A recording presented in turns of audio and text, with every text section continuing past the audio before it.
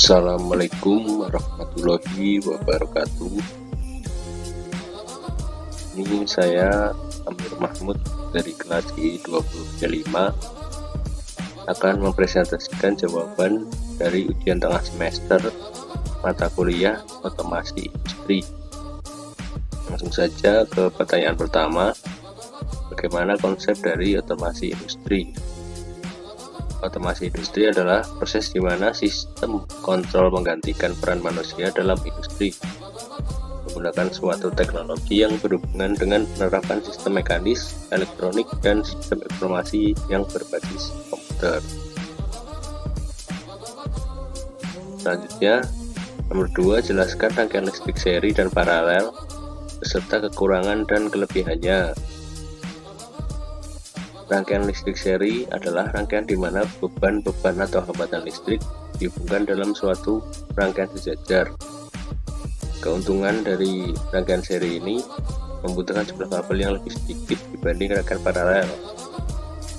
Biaya lebih murah, arus yang mengalir di tiap beban akan sama besar. Kekurangannya, apabila salah satu beban rangkaian putus, maka seluruh rangkaian akan mati.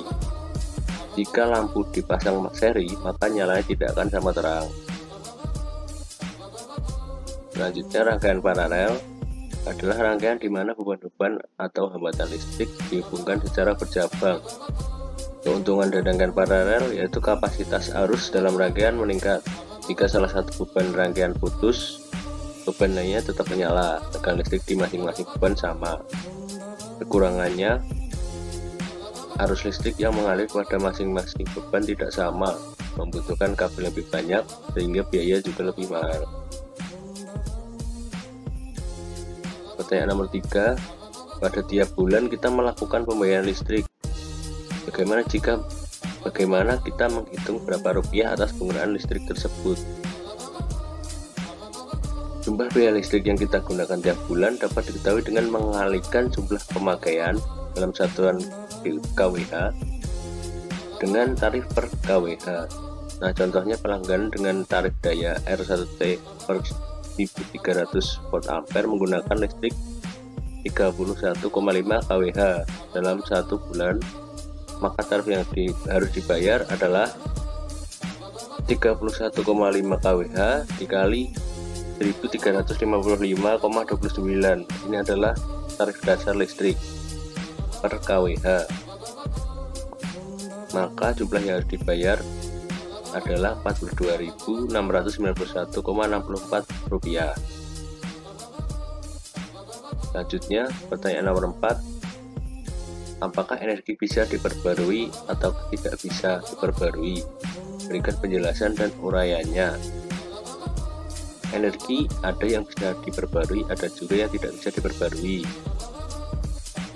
Energi yang bisa diperbarui adalah sumber daya yang dapat terus digunakan tanpa batas waktu tertentu dan tidak akan pernah habis. Contohnya itu panas. Panas dapat berasal dari panas matahari maupun panas bumi sendiri. Panas ini dapat digunakan sebagai sumber pembangkit listrik, baik pembangkit listrik tenaga matahari maupun pembangkit listrik tenaga panas bumi. Yang kedua, air. Air dapat digunakan sebagai sumber daya, yaitu pembangkit listrik tenaga air. Yang ketiga, angin. Sumber energi yang berasal dari angin dapat digunakan untuk menggerakkan mesin memproduksi listrik seperti kincir angin. Sedangkan sumber energi yang tidak dapat diperbarui adalah sumber daya energi yang akan habis bila terus digunakan dan tidak dapat dibentuk kembali. Contohnya, pertama, minyak bumi. Hasil olahan minyak bumi bisa digunakan untuk menyalakan tenaga listrik, menggerakkan dan menjalankan kendaraan motor, menyalakan tenaga mesin pabrik, dan lain sebagainya. Meskipun begitu, jumlah terbatas serta tidak dapat diperbarui. Yang kedua, batu bara. Batu bara dipakai sebagai bahan bakar kereta api serta kapal laut dan dapat juga digunakan sebagai bahan bakar pembangkit listrik. Yang ketiga, gas bumi.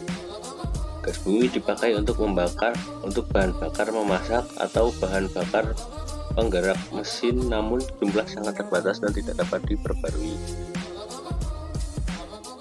Soal kelima, jelaskan mengenai transformator cara kerja, fungsi, kegunaan, dan kenapa alat listrik memerlukan transformator. Transformator adalah alat yang digunakan untuk mengubah daya listrik dari suatu sirkuit ke sirkuit lain tanpa ada bagian yang bergerak. Trafo bekerja berdasarkan prinsip induksi timbal balik antara belitan primer dan sekunder yang dikenal juga sebagai kumparan. Trafo dapat digunakan untuk mengubah tenaga tegangan ke tingkat yang lebih tinggi.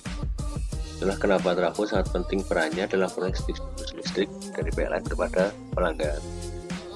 Nomor 6, jelaskan konsep dari sistem proteksi dalam otomasi. Sistem proteksi dalam otomasi industri adalah sistem proteksi yang digunakan kepada peralatan-peralatan listrik yang terpasang pada suatu sistem tenaga. Fungsi utama proteksi adalah untuk mendeteksi adanya kondisi abnormal pada sistem yang diamankannya dan melepaskan bagian yang terganggu sehingga dapat mencegah kerusakan yang lebih parah. Soal terakhir nomor 7, jelaskan bagaimana cara membaca nilai gelang pada resistor 6 warna dan tunjukkan contohnya. Nah, pada resistor 6 warna ini ada 6 gelang. Gelang yang pertama itu menentukan digit pertama, gelang kedua menentukan digit kedua, gelang ketiga menentukan digit ketiga, gelang keempat menentukan nilai pengali, gelang kelima menentukan toleransi, gelang keenam menentukan toleransi suhu. Contohnya pada gambar di dalam tampilan, pita yang pertama berwarna orange bernilai 3, pita kedua berwarna hijau bernilai 5, pita ketiga berwarna putih bernilai 9, pita keempat berwarna merah, itu berarti pengalinya 10 pangkat 2, pita kelima berwarna coklat berarti toleransinya 1%, dan pita keenam berwarna merah berarti toleransi suhunya 50 ppm. Jadi nilai resistor pada gambar tersebut adalah 359 dikali 10 pangkat 2, yang hasilnya dapat kita lihat pada nilai akhir ini 35,9 kilo ohm dengan toleransi 1% dan toleransi suhu 50 ppm. Sekian presentasi jawaban UTS dari saya, kurang lebih mohon maaf. Wassalamualaikum warahmatullahi wabarakatuh.